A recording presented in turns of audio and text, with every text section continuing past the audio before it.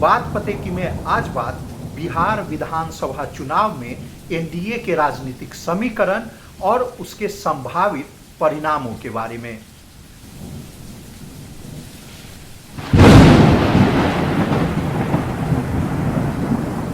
नमस्कार, मैं हूं मुकेश कुमार। बिहार विधानसभा चुनाव का बिगुल बज चुका है। चुनाव अब कुछ ही दिन की दूरी पर है, इसलिए सभी पार्टियां और सभी गठबंधन अब इस ताल में ताल मिलाकर चुनाव में लड़ने की तैयारी कर रहे हैं। सबसे पहले आज बात एनडीए के चुनावी समीकरण की। तो बिहार में कुल 243 विधानसभा चुनाव में बीजेपी और जनता दल यूनाइटेड दोनों ही 101 सीटों पर चुनाव लड़ रही है। उन्होंने अपने सभी उम्मीदवारों का नाम करीब करीब डिक्लेयर कर दिया है और जो चुनावी प्रक्रिया है उसमें सभी उम्मीदवार जोर शोर से लगे हुए हैं। दूसरी तरफ चिराग पासवान की लोक जनतांत्रिक पार्टी को 29 सीटें दी गई है। उनका हिस्सेदारी जो एनडीए में है वो 29 सीटों का है। उसके अलावा जीतन राम मांझी की जो पार्टी है हिंदुस्तानी अवाम मोर्चा, उसे 6 सीट दी गई है।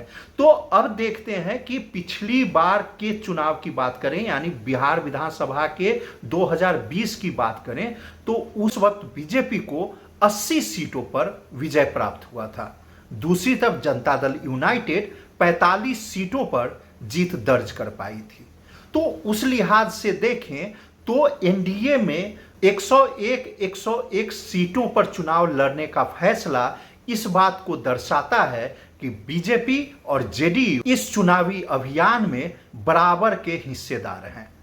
दूसरी तरफ एलजेपी 29 सीटों के साथ तीसरी बड़ी दावेदार बनकर उभरी है। चिराग पासवान अपने आप को नरेंद्र मोदी के हनुमान बताते हैं। हालांकि खुलकर उन्होंने बात नहीं की, लेकिन उन्हें अपेक्षा है कि शायद उन्हें डिप्टी सीएम का पद मिल जाए। तो एनडीए की चुनावी रणनीति और संभावित परिदृश्य पर बात करने के लिए हमारे साथ हैं मित्र रियाज अहमद। रियाज, आपका बहुत बहुत स्वागत है इस कार्यक्रम में। जी धन्यवाद मुकेश। रियाज, मैं जानना चाहूंगा कि 243 सीटों में से जनता दल यूनाइटेड और बीजेपी, हालांकि बीजेपी पिछले चुनाव में 80 सीटों पर जीत दर्ज की थी और जनता दल यूनाइटेड करीब करीब आधे, मतलब 45 का आंकड़ा था उस वक्त, जो आधे से थोड़ा सा ज्यादा है। उस आंकड़े के बावजूद दोनों ने आपस में 101 सीटों पर चुनाव लड़ने का निर्णय लिया, आपसी सहमति से चुनाव लड़ने का निर्णय लिया। लेकिन आप क्या मानते हैं कि जनता दल यूनाइटेड अभी भी बीजेपी को अपना बड़ा भाई मानने को तैयार नहीं है? जी बिल्कुल सही कहा आपने कि जनता दल यूनाइटेड की पार्टी नीतीश कुमार की पार्टी है, जो कि कम सीट जीतने में पिछले विधानसभा चुनाव में कामयाब रही थी और उनका स्ट्राइक रेट लगभग 45% था। 101 सीट पे चुनाव लड़ी थी जनता दल यूनाइटेड, उसमें से 45 सीट के आसपास जीतने में कामयाब रही थी। वहीं पे बीजेपी भी 101 सीट पे चुनाव लड़ी थी, लेकिन वो 80 सीट जीतने में कामयाब रही थी। इसका मतलब ये हुआ कि जो विनिंग परसेंटेज है वो 80% का था भारतीय जनता पार्टी का। तो उस लिहाज से देखा जाए तो वो बड़ी पार्टी है, भारतीय जनता पार्टी बिहार में थी उस समय।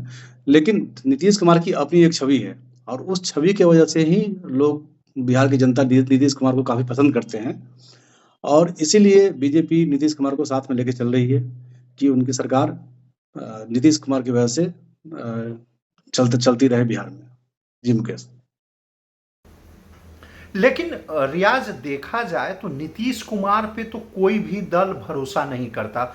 बहुत ही ठीक है, वो बीजेपी में आज साथ हैं, वो पहले भी रहे हैं, लेकिन नीतीश कुमार कभी कभी बीजेपी का साथ छोड़कर दूसरे दल के साथ सरकार बनाने में भी संकोच नहीं करते हैं। उन्हें सिर्फ मतलब है अपने मुख्यमंत्री पद का।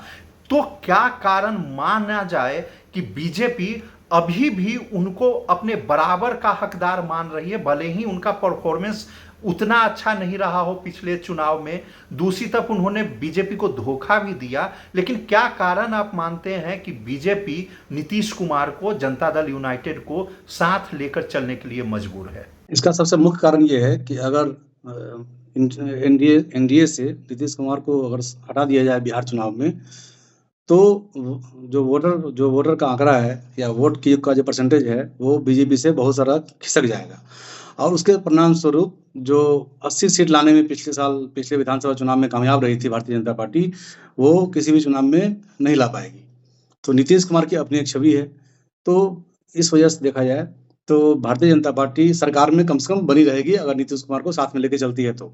अगर नीतीश कुमार से अलग वो चुनाव लड़ती है, एलजेपी के साथ या हिंदुस्तानी आवाम मोर्चा के साथ, जीतन राम मांझी के साथ और भी जो उनकी सहयोगी पार्टियाँ उनके साथ, तो सरकार बनाने की कोई संभावना नहीं है। नीतीश कुमार की छवि बहुत ही अच्छी है बिहार में। पहले एज ए मुख्यमंत्री के तौर पर उनका प्रदर्शन बहुत अच्छा नहीं रहा है, तो बहुत खराब भी नहीं रहा है। किसी घोटाले से नाम उनका नहीं जुड़ा है।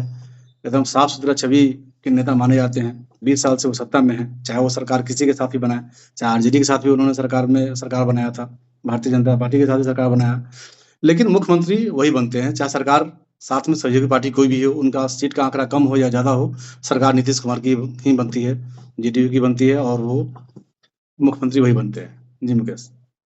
रियाज, एक बात है कि नीतीश कुमार की अब उम्र हो चली है और दूसरी बात यह है कि बीजेपी पिछली बार भले ही नीतीश कुमार को, जब दोबारा बीजेपी और जेडीयू साथ में आया तो नीतीश कुमार को मुख्यमंत्री बना दिया गया, लेकिन क्या आपको लगता है, क्योंकि मैं जेपी नड्डा के एक भाषण की बात करता हूं जिसमें जेपी नड्डा ने कहा कि एनडीए को अपना मुख्यमंत्री पद का उम्मीदवार जाहिर करने का, डिक्लेयर करने की जरूरत नहीं है, तो इसका एक मतलब तो ये है कि नीतीश कुमार को एनडीए या बीजेपी अगले मुख्यमंत्री के तौर पर नहीं देख रही है। तो क्या बीजेपी जेडीयू से ज्यादा सीटों पर विजयी होती है, उन्हें सीट ज्यादा मिलता है, तो क्या अगली बार, मतलब जब चुनाव 14 नवंबर को डिक्लेयर हो जाएगा, तब भी अगर मान लिया जाए कि बीजेपी एनडीए की सबसे बड़ी पार्टी बनकर उभरती है, तो क्या फिर से नीतीश कुमार को मुख्यमंत्री चुन लिया जाएगा,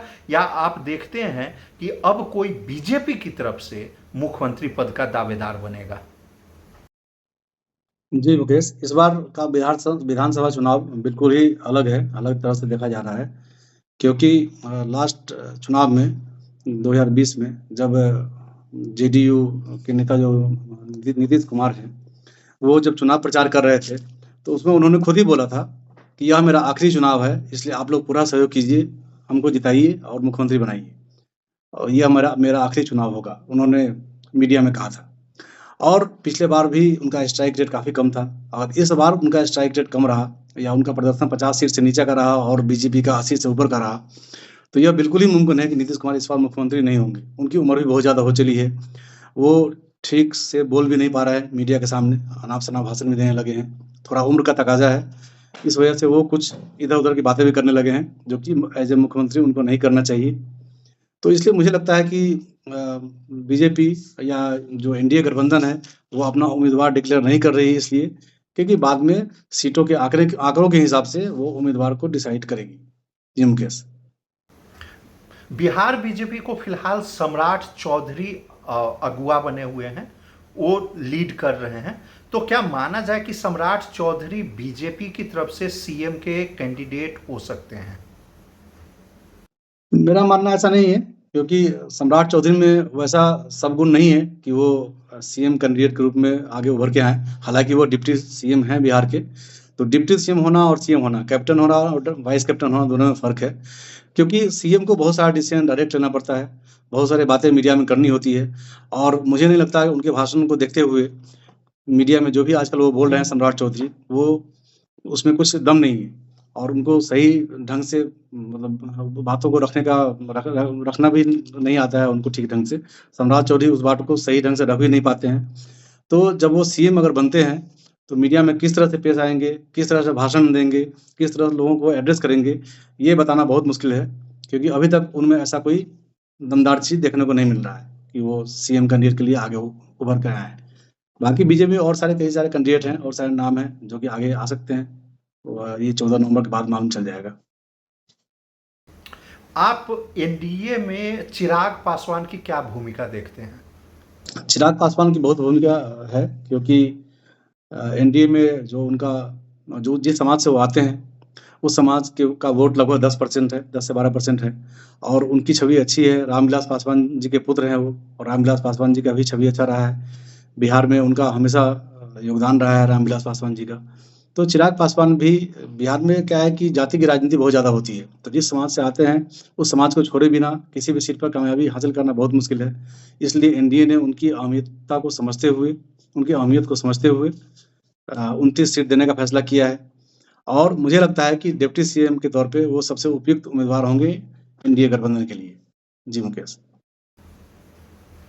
डिप्टी सीएम के एक और उम्मीदवार के तौर पर जीतन राम मांझी का भी नाम आता है। खुलकर जीतन राम मांझी ने ऐसा नहीं कहा है, लेकिन उन्हें भी उम्मीद रहती है कि शायद एनडीए की सरकार में उन्हें डिप्टी सीएम का पद मिल जाए। आपको क्या लगता है? अगर वो सीट जीतने में कामयाब रहते हैं, उनको जितना सीट दिया गया है, उनका स्ट्राइक रेट अगर अच्छा रहता है, तो ऑफ कोर्स हो सकता है ऐसा कि एनडीए गठबंधन 2 डिप्टी सीएम लेके आ जाए, जिसमें कि एक चिराग पासवान और दूसरा जीतन राम मांझी को कंसीडर कर सकती है।